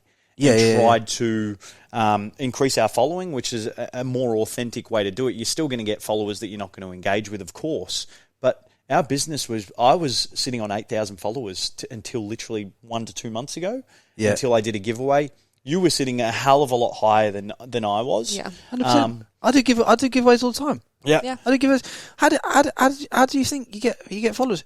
Instagram's got no organic, right? You cannot grow organic, right? On TikTok, I grew 1,500 followers inside 4 days on TikTok, right? Yeah. With the podcast content, wicked. TikTok organic. Clubhouse, you can grow on Clubhouse organic. LinkedIn, I'd argue, probably capped out now. It's a crowded marketplace. Plus, it's boring as fuck. Right? Right? Yep. Yeah. And who wants to be talking to fucking Isabelle's dad on fucking like LinkedIn? Anyway, right? But like giveaways on Instagram are powerful. So I was telling this girl who's in the cosmetic space. She's like, I want to start selling my cosmetic stuff, and I'm like, okay, cool. I'm trying to grow my Instagram account. What, organically? Yeah. I'm like, forget it. Doesn't happen. So I hooked her up with an Australian giveaway company, one that I know is bona fide, that doesn't add the fake followers, because a lot of these giveaway companies pump them up, especially the American ones. Forget about them, right? You want Australian followers, and you don't, for a business like that, this local business. I knew that the girls that she was getting to like influence for are like the Sky Wheatleys and all this that do the giveaways. Yep. They've got really good local followers, and they've also got followers not only like Gold Coast, but they've got Melbourne and Brisbane too. So she got literally inside 2 giveaways. She spent $1,000. She got like 4,000 followers, 4,000 female followers in the demographic that she wants, that live in Sydney, Melbourne, and like Brisbane and this, that, and the other, that come to the Gold Coast often to get their lips tattooed. Now let me put this in perspective for you, right? For a woman to get a candy floss lip. I don't know the fucking full name. You seem right? to know pretty well, Frank. Those lips are looking good. Yeah, bro. I'm telling you, right? Yeah, I'm just saying, right. For a woman to get like candy floss lips, yeah. I said to her, how much do candy floss lips cost? She's like $500. I said, so you only need 2 clients out of 2 giveaways, right? 2 clients to pay for the giveaways. Why the fuck wouldn't you do a giveaway? Is my question to these people. So it's like, I get what you're saying. You've grown. Oh, why wouldn't you want to grow 190,000 followers in a month? Yep. for paying a few grand. Of course you would. Yep. Even though 50 to 100,000 of them are never going to engage your content. Yep. If 1% of the 100,000 you added do, Exactly. right, the numbers on the back end, astronomical. Yep. Yep. Yeah, that's what we're focusing on. We're focusing on that 1% conversion rate from the extra traffic that we're gaining. We don't care about numbers. We don't care about as a status thing. Oh, I have 200,000 followers. Look at me. It's business. At the end of the day, we had this discussion with the gentleman we work with the giveaways, and at the end of the day, still to this day, if I see someone with a million followers, I'm like, oh, they're serious. Like, who's this? And a blue tick. If I see a blue tick, I'm like, I see Frank and he's got a blue tick. I'm like, this He's guy's legit. the real deal. You knew I was the real deal when you saw me move around that bag. Like, I'm not even funny. mate. Like, legit. If you don't know, you fucking know. Like, I'm telling you, mate. I'm hitting angles you can't even hit, Isabelle. Oh, shit. I love a little ego play every now and again. That's gold. That's gold. But yeah, no. But on a serious level, though, guys, like, and I'm talking to the guys that listen to this podcast, like the way that we like to grow my Instagram account, you have to do giveaways. To grow yours, you've had to do giveaways. Yep. There's anyone who's growing to millions of followers is doing giveaways. Yep. They've had to do giveaways to get that thing. Oh, yeah. Do you know what I mean? Everyone does that because you have to. You need traffic. The more eyeballs you have, the more chance you got of making sales to more people. But then there's that side of it. But then you have to know how to take that traffic and take those eyeballs and give them something that they want and get them to pay you for it. Yep. Which is where people also go wrong. They do what we're doing. And to grow our businesses and to grow little brands like that, but then they don't do the other thing. I think you got to have both. You You do. know what I'm you saying? do. Otherwise, you Yeah. don't have a business. Yeah, no, it's spot on, and that's probably where Isabelle's phenomenal with this kind of business. She's grown up with a business kind of with her family, Yeah, and 100%. she's got that really phenomenal switched on business mind. But then she's also got the how to present the opportunity once you've got the business in front of you. She gets how to present to them so well, and that's been our massive advantage for what we're doing with OnlyFans, but also for the future of our OnlyFans business, because that's our focus at the moment, because it's like you spend no money and you can earn a lot of money. For the future. Can you right? So say when you retire from OnlyFans, Yep. like you two go, okay, I'm hanging up my jockstrap. Yeah, or whatever. I don't know what you call it, right? So you're hanging that up and you're saying, right, I'm retired. Yep. Can you just leave the content on the platform and it just kind of sit there earning a like A residual? free account especially, yeah. Yep. Yeah. Yep. So are there people that have like moved out the game years ago that have still left their account just doing this? It's so new here. Like, I know there's people that I've spoken to that have been doing it 2 years in Australia, longer overseas. Someone we've worked with, he's just hung up the boots. Yep, he's taken a step back. He's and taken he a step has back. a team managing it for the moment. For the moment. So that's still running, but they're not sending stuff out, and that's not a free account. So it'll be a good conversation with him. When does it peter out? And they at the peak, they had over 50,000 followers on OnlyFans. So they were monstrous. Paying $9.99 a month. Yeah, I think, and then the messages. So they were making $500,000 US. Their first beyond. month was $500,000 US. Yeah, we don't know the exact figures, but it's always. Yep. Yeah, You can just tell by the amount of subscribers someone's got the kind of numbers, because if you know it's $9.99 a month, there's 50,000 people, you already know before they've even done the premium message, and this, what people got to understand is that the real money to earn in the funnel after the subscription. Yeah, You know the what I mean? subscription's just a bonus. Yeah, that's just the entry It's fee. a really good. That's a great question that I'll definitely be asking that mate of what's happened 6 months down the track, because it's probably only a month in. You're going to want to hang them boots up soon. 100%. 100%. Yeah, I can see us. It's not. I'm not going to be doing this when I'm freaking 50. Yeah. I mean, there may be a market for that, but We haven't put a time frame on it. no, but we'll just ride the wave. Yeah, we're just going to see when we're done. We want to be done, but also have the other asset. Yeah, go for it. You're excited. You're like, you need to say something. No, I just really want to ask this question because this is a business and you are treating it like a business and you are generating vast amounts of revenue from this. What are you investing in to make sure that this money lasts long term and it creates generational wealth? Yeah, great question. So to start, it was, and this is what I've educated a lot of people on, we were living a phenomenal lifestyle prior to this, and a lot due to family. And I dropped that comment earlier about that Isabelle's family were really kind to us financially, and we wanted to create our own financial independence, and Isabelle's dad wanted that. So we got lured into a trap of just spending way beyond our means, especially when we lived with a family quite a few years ago now. You always had the latest toys and the flashy shit. It's so funny. And it was cool until you have to do it all on your own terms. And we were caught up in a lifestyle that there's no way we could sustain. And I was like, I love cars, I love fashion, I love sports stuff, but at the end of the day, once you've had a little bit of it, like when I got my first nice car, a month later you're like, cool. Yeah, you're over it, aren't you? It's just sitting there. So the first few months, it's funny when I say that now, because literally I've only been doing this for 4 months. We've been paying off bad decisions. Like, I hate putting figures on it, but we were pretty much sitting $500,000 in debt on like fun.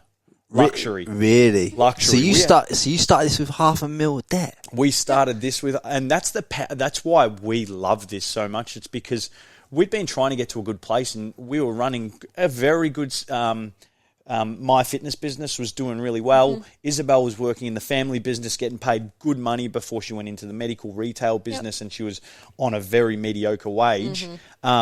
We couldn't get ahead. We could not get ahead when you're talking $500K. Because of the lifestyle that you were living, though. You were living that without trying to put it derogatory, but you were living that Instagram kind of lifestyle that people see, that everyone wants to live. Like, you always had the nice Louis Vuitton bag, the belts, the cars, this, that, and the other. And I'm so glad that you're being honest about the 500,000 debt, because people don't. Well, that's what this business can get you into as well. Another trap of the family were our I'm making funds. money, I'm going to spend more money. The OnlyFans is the same as the family. It's huge income, but if you don't use it wisely, pay your debts down. Because let's be honest, a lot of Australians have got it, and I'm honest with my audience. Do that, or if you've got a clean slate, be intelligent. So our first few months have been paying debt down. Mad. And we're in a pretty good place. We've still got some debts now. Like, a lot of people message me and they're like, your lifestyle's unbelievable. I'm like, yeah. Do you know what I like? That they comment on the house, and I'm like, I rent it. They comment on the car. I owe finance on it. You should always, in my opinion, always rent the place that you live in. Yeah, like, to be honest, I have other assets as well, but like in terms of property. But like, I wouldn't live in something I owned. Yeah, that's a stupid idea. Yeah, and again, that's more so new age thinking. Now, you spoke to her dad, buy your house. He is selling them, so he's going to say that. But you speak to someone we stumbled across because of Troy, Oscar. I'm not sure if you know Oscar. Oscar Ledlin. Yeah, he's done really well. He's done very well, and he preaches that rent your house. Yeah, he put something on Instagram the other day. I commented on it. I was like, mate, this is legit, like fire. That was gold. But that's what we try and paint to people, is that the lifestyle you see is old stuff. It's a lot of it we might have been helped by family, but also it's a lot of our own debt. Like, most of it's our own debt. We've chosen to buy these things, and now we're paying the price. But we're lucky that we've stumbled across a business opportunity that allows you to do it. That allows us. We're working our ass off to do it. Like, it's not just paying it off. Like, so when do you reckon that from the business decisions that you're making now and the way that you're structuring yourself, when do you reckon you'll be like debt free, like, and then making money, and then and once you're at that point, what will you be investing in then? Now we're kind of at the point where we can, but because of the legal battle, we can't actually offload much stuff. So so many things are tied. Like, a simple example is I've got a business vehicle in my name in Melbourne that I left there, and Isabelle's mum's driving it, and Peter had bought exactly the same car up here for the holiday house. For the holiday house, and now I'm driving that as a trade-off, but I can't sell it. Even though I want to, because she's driving mine in Melbourne. So it's complex. So we're in a really good position now. Like, especially we want to offload some stuff that we just don't care about anymore, but we legit can't.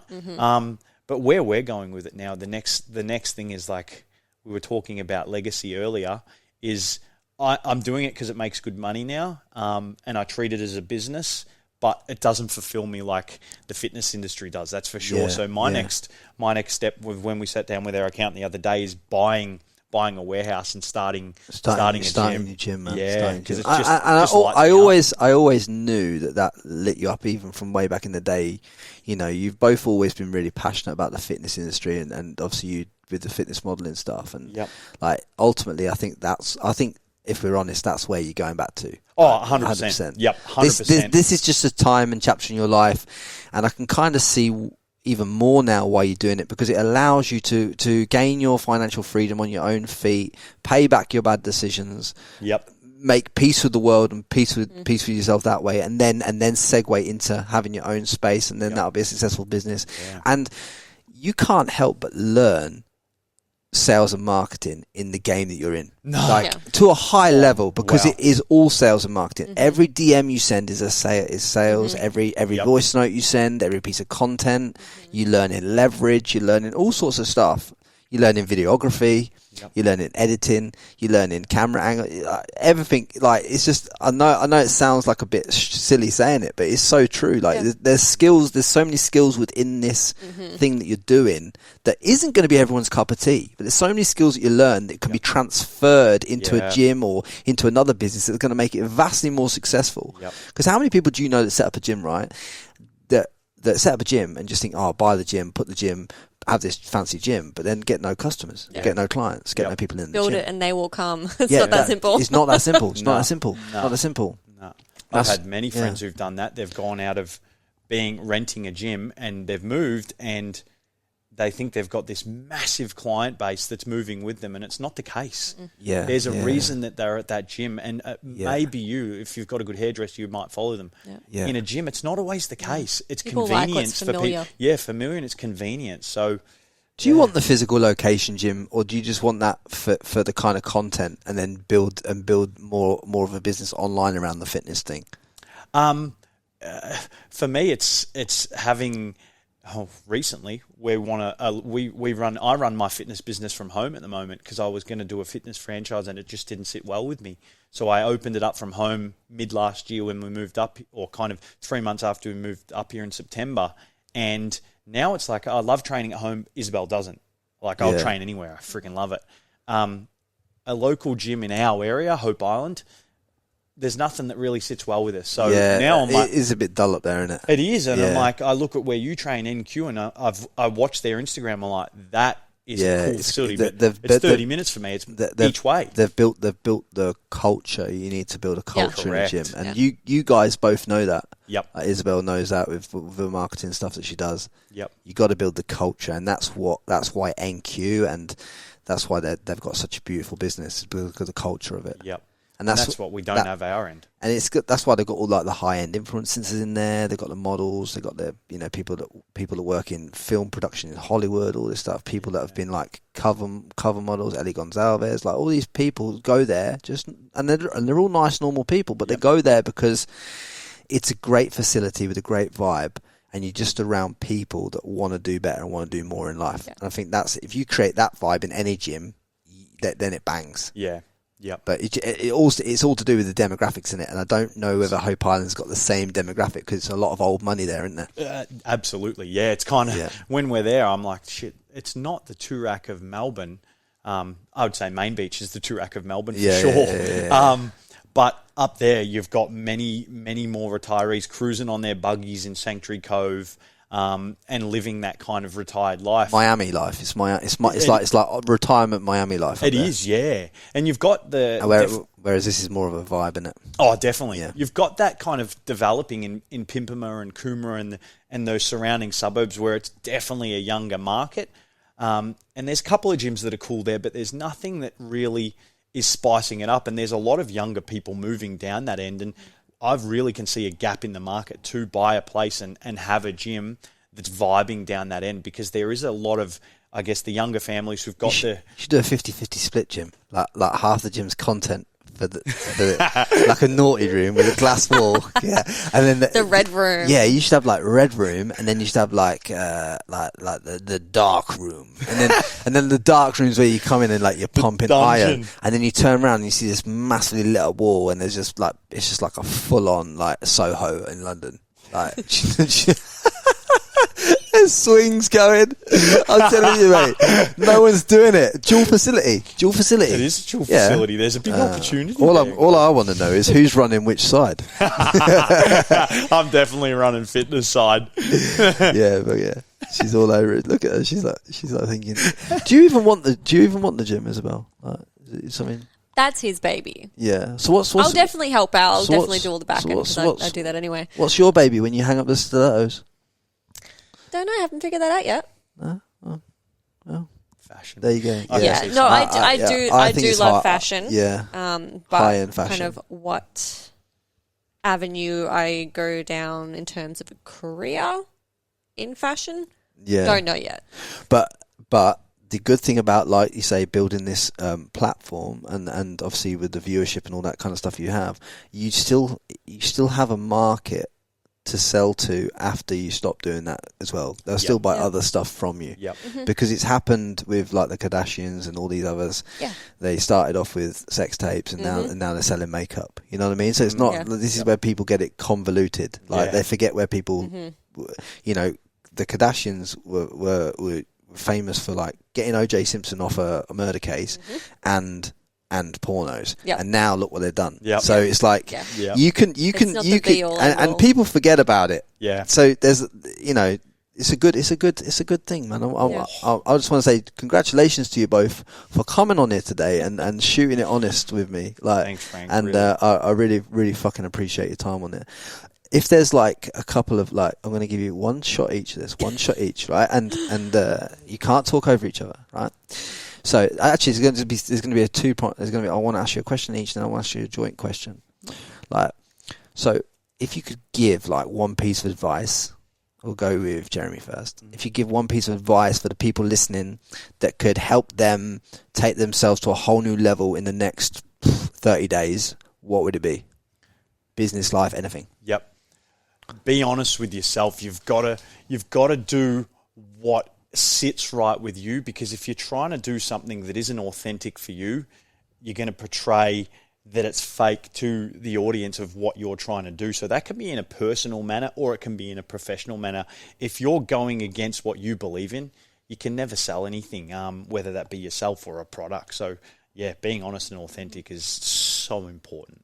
Yeah, no, I totally agree with you, mate. I totally agree, and I think when people see that, they'll always be able to buy from you. Yeah. The only thing I'd say on that is you've always got to be selling, like in terms of like you got to be able to sell to the audience. You can't think, build and never sell to them. You got to be able to build. What about you as well? I think don't hold yourself back because of the fear of judgment. People are always going to have an opinion, whether it be positive or negative. They're always going to have an opinion about what you do or who you are or what you look like or whatever it is. Don't not do something that you want to do in terms of personal or business because of what someone else may think. Yeah, including family. Yeah. Ask forgiveness. Not permission. Yes, girl. Oh my days! And then I just wanted to, and then the last question I had for you before we leave today, because I think it's going to be great. There's so much learning in it, and even for me, right? Is how do you guys live such a fulfilling vibe in relationship, and how do you keep that going? What's the secret to keep that fresh, to keep it current, to keep it interesting? I mean, it can't just be content. No, this is a really difficult question because there's so much juice in our relationship and just a special connection. I think doing what we're doing is... Because you two are seriously like best friends, and I see it all, and I just love that. Yeah. So like, I just wanted to kind of get the mechanics of that. I think open, honest communication. Exactly what I was going to say. From the very start, we were completely honest with each other. There was no breakdown in communication. I think when there's a breakdown in communication lines, there's ultimately going to be a breakdown in the relationship. Yeah. We talk about everything. It's legitimate. This is one of the massive questions we get all the time because of what we're currently doing with OnlyFans. How are you still maintaining to have such a great connection and relationship and push jealousy aside, or however you want to describe it? And it's the open, honest communication.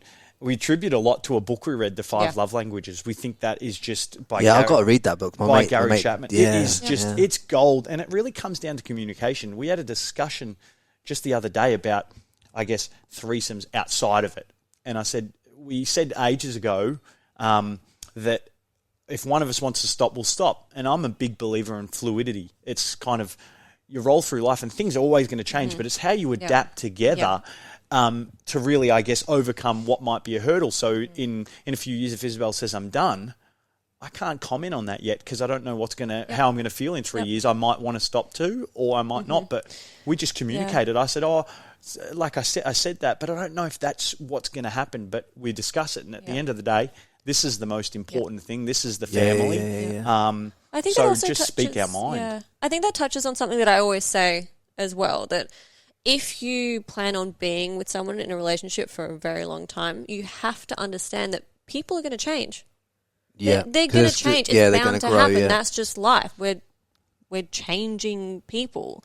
Evolving. Yeah, and you have to accept that they're going to change. You have to change with them. Like, you have to fall in love over and over again. And if you're so static that you can't deal with your partner changing maybe 10, 15 years down the track, it's not going to work. Yeah. I love it. Yeah. I love it. Yeah. That's so true. And I'm this is the kind of stuff that I'm keeps me falling in definitely love not the with her same because person that I was when I met you. Yeah. No, absolutely not. Definitely and neither not. am I. The naughty girl in Canada. we won't go into that. That's a whole nother podcast.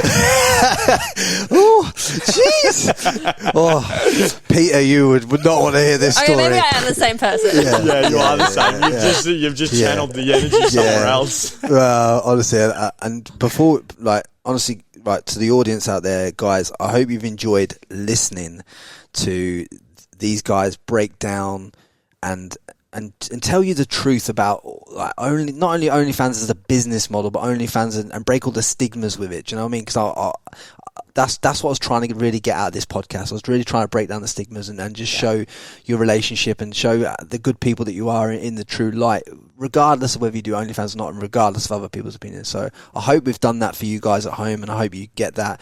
Do you guys want to drop your Instagrams so that people can follow you? Yeah, go for it.